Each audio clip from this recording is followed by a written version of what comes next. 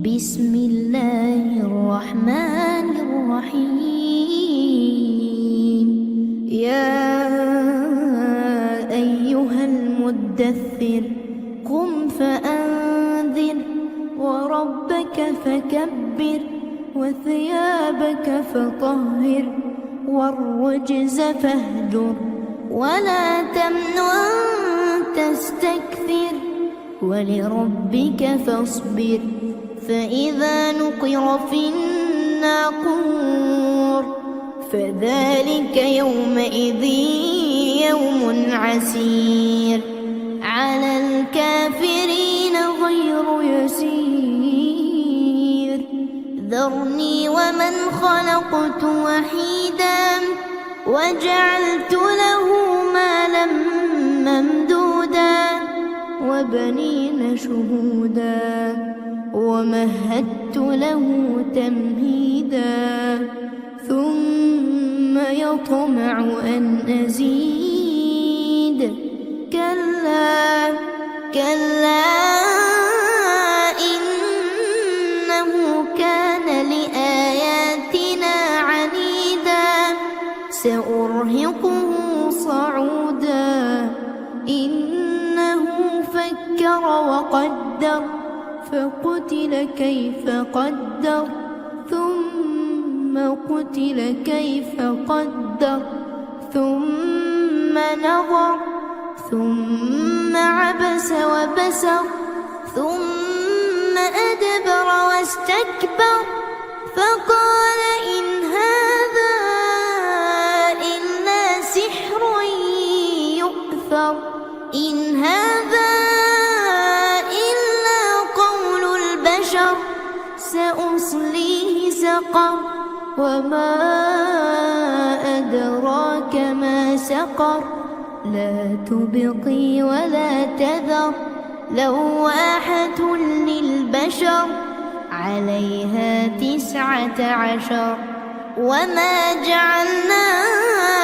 أصحاب النار إلا ملائكة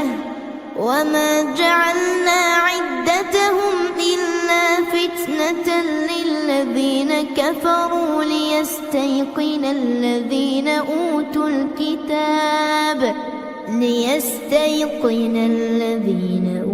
الكتاب ويزداد الذين آمنوا إيمانا ولا يرتاب الذين أوتوا الكتاب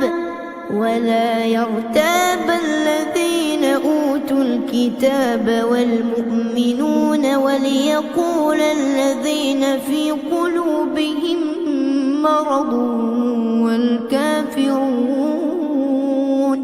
وليقول الذين في قلوبهم مرض والكافرون ماذا أراد الله بهذا مثلا كذلك يضل الله من يشاء ويهدي من يشاء وما يعلم جنود ربك إلا هو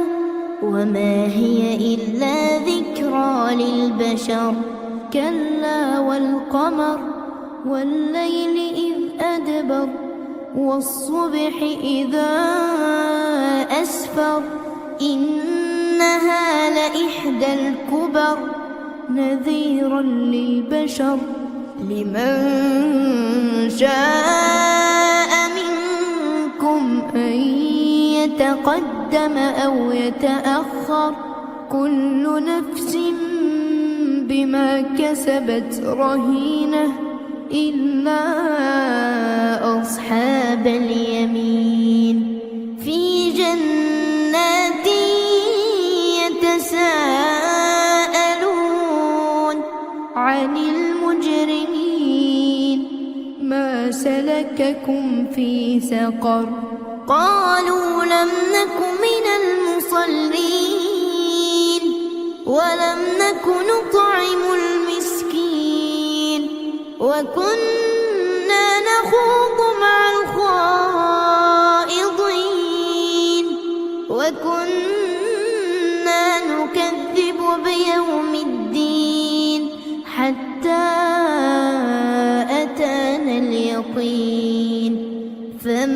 تنفعهم شفاعة الشافعين